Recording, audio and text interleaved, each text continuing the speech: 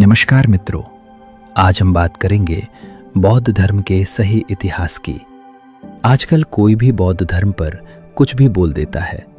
कोई कहता है कि ये सिर्फ ध्यान का खेल है, कोई कहता है कि ये नास्तिकता है, कोई कहता है कि जीवन को सिर्फ दुख मानता है, कोई कहता है कि सब बौद्ध शाकाहारी और पूरी तरह अहिंसक होते हैं।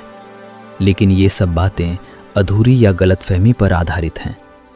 असली इतिहास जानने से पता चलता है कि बौद्ध धर्म कोई काल्पनिक कहानी नहीं, बल्कि 2500 साल पुरानी एक व्यवहारिक, तर्कसंगत और करुणामय परंपरा है, जो भारत की भूमि से निकली और पूरे एशिया में फैली।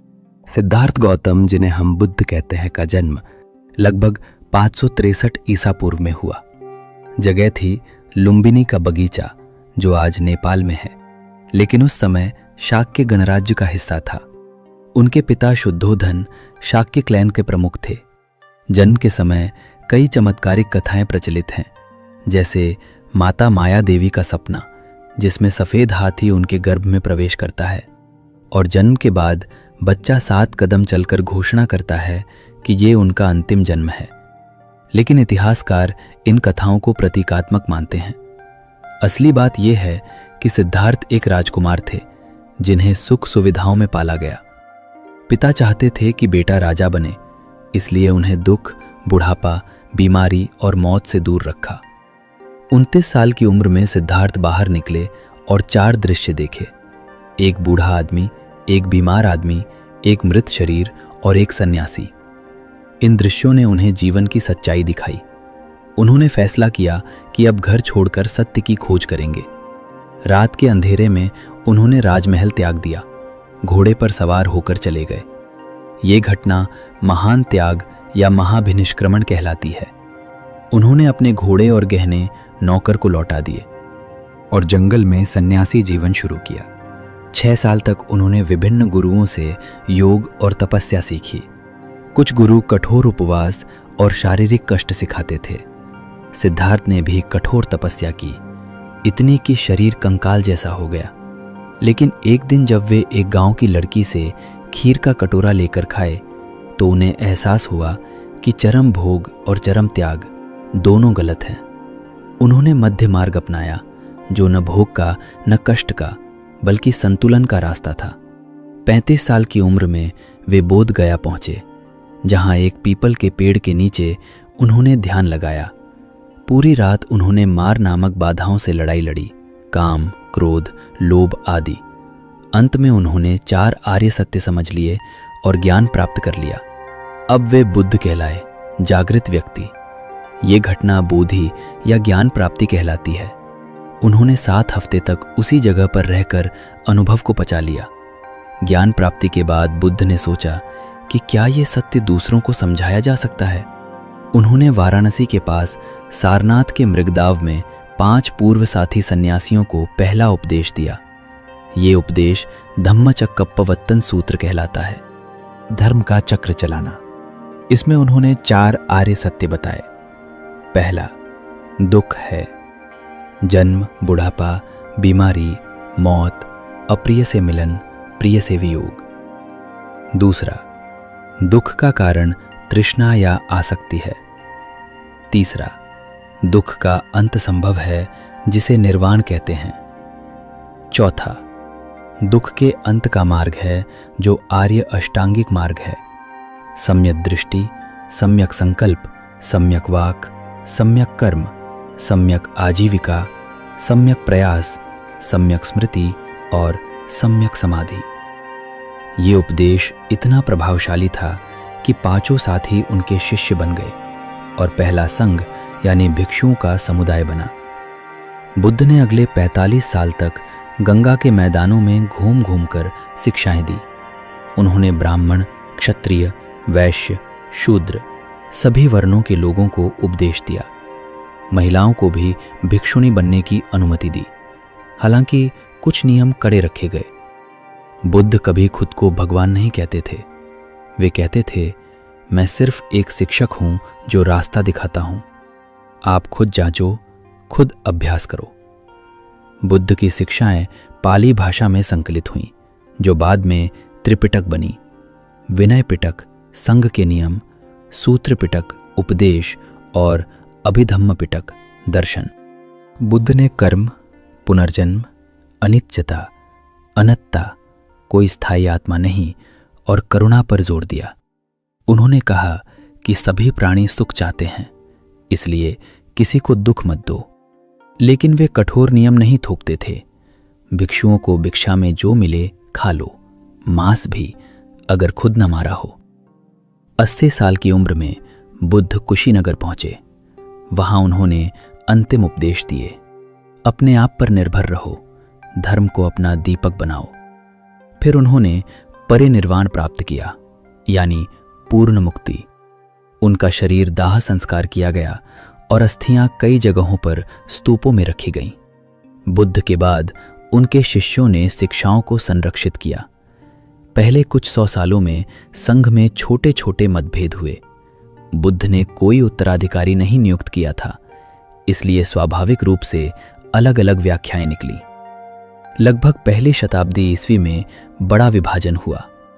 एक तरफ थेरवाद या स्थविरवाद, जो बूढ़ों की शिक्षाओं पर जोर देता था, व्यक्तिगत मुक्ति पर फोकस करता था और पाली त्रिपिटक को मूल मानता था। ये मुख्य रूप से श्रीलंका, थाईलैंड, म्यांमार, कंबोडिया आदि में फैला। दूसरी तरफ महायान, बड़ा वाहन, ये ज्यादा उदार था। इसमें बोधिसत्व का विचार आया, जो खुद निर्वाण प्राप्त कर सकता है लेकिन दूसरों की मदद के लिए वापस लौट आता है। महायान सूत्रों ने नए ग्रंथ जोड़े, जैसे लोटस सूत्र, हृदय सूत्र। इसमें आम लोगों के लिए भी रास्ते खुले। ध्यान के अलावा भक्ति, मंत्र, अच्छे कर्म। ये चीन, जापान, कोरिया, वियतनाम में फैला। बाद में तिब्बत में वज्रयान या तांत्रिक बौद्ध धर्म विकसित हुआ, जिसमें मंत्र, मंडल और गुरु शिष्य परंपरा पर जोर था।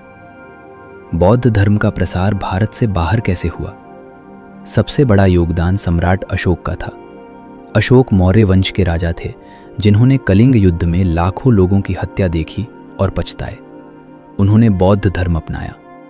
3री शताब्दी ईसा पूर्व में अशोक ने पूरे साम्राज्य में स्तंभ और शिलालेख लगवाए, जिनमें धम्म की बात थी, अहिंसा, सहिष्णुता, नैतिकता। उन्होंने भिक्षुओं को मिशनरी भेजा, श्रीलंका, मध्य एशिया, यहां तक कि यूनान और मिस्र तक। अशोक के पुत्र महेंद्र और पुत्री संघमित्रा श्रीलंका गए और वहां बौद्ध धर्म मजबूत हुआ। बौद्ध धर्म भारत में भी फला फूला। नालंदा, विक्रमशिला, ओदंतपुरी जैसे विश्वविद्यालय बने, जहां हजारों छात्र पढ़ते थे। चीनी यात्री फाहियान, वैनसांग और इत्सिंग भारत आए और इन विश्वविद्यालयों की प्रशंसा की। बौद्ध कला फली। अजंता एलोरा की गुफाएं, सांची का स्तूप, बोध गया का महाबोधि मंदिर। लेकिन भारत में बौद्ध धर्म का पतन कैसे हुआ?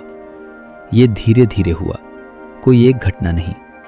7वीं-8वीं शताब्दी से हिंदू भक्ति आंदोलन मजबूत हुआ, जिसने आम लोगों को आकर्षित किया। बौद्ध मठ अमीर हो गए, कुछ में दास और मजदूर रखे जाने लगे, जिससे आम जनता से दूरी बढ़ी। कुछ राजाओं ने हिंदू मंदिरों को बढ़ावा दिया। 12वीं शताब्दी में तुर्क आक्रमणकारियों ने नालंदा और अन्य मठों को आग लगा दी, भिक्षुओं को मार दिया। बौद्ध धर्म मुख्य रूप से मठ केंद्रित था, इसलिए जब मठ नष्ट हुए तो समर्थन कमजोर पड़ गया। लेकिन ये पूरी तरह खत्म नहीं हुआ, छोटे छोटे समुदाय बचे रहे। 20वीं शताब्दी में डॉक्टर आम्बेडकर के नेतृत्व में लाखों दलितों ने बौद्ध धर्म अपनाया, जिससे भारत में नया उत्थान हुआ। आज बौद्ध धर्म दुनिया भर में फैला है। थेरवाद दक्षिण पूर्व एशिया में, महायान पूर्व एशिया में, वज्रयान तिब्बत और हिमालय क्षेत्र में। ये धर्म कभी तलवार से नहीं फैला, इसने स्थानीय संस्कृतियों को अपनाया। चीन में कन्फ्यूशियस के साथ मिश्रित हुआ, जापान में जैन बन गया, तिब्बत में बोन धर्म के तत्व जुड़े। बौद्ध इतिहास हमें कई सबक देता है। यह दिखाता है कि सत्य की खोज व्यक्तिगत है। बुद्ध ने कहा, खुद जांचो, परंपरा या गुरु की बात पर अंधा मत बनो। कलाम सूत्र में उन्होंने कहा कि सिर्फ सुनी सुनाई बात पर मत जाओ जब तक वो तर्क संगत और हितकारी न हो। ये इतिहास सिखाता है कि धर्म को मजबूत बनाने के लिए राजकीय समर्थन मदद करता है, लेकिन असली ताकत शिक्षाओं की सच्चाई में है। जो लोग कहते हैं कि बौद्ध धर्म नास्तिक है, उन्हें याद रखना चाहिए कि बुद्ध ने एक क्रिएटर गॉड पर बहस नहीं की, लेकिन देवलोकों को माना। उनका फोकस दुख से मुक्ति पर था। जो कहते हैं कि ये पेसिमिस्टिक है, वे भूल जाते हैं कि 4 आर्य सत्य में दुख के साथ उसका समाधान भी है, निर्वाण की शांति। जो कहते हैं कि सब शाकाहारी हैं, वे गलत हैं।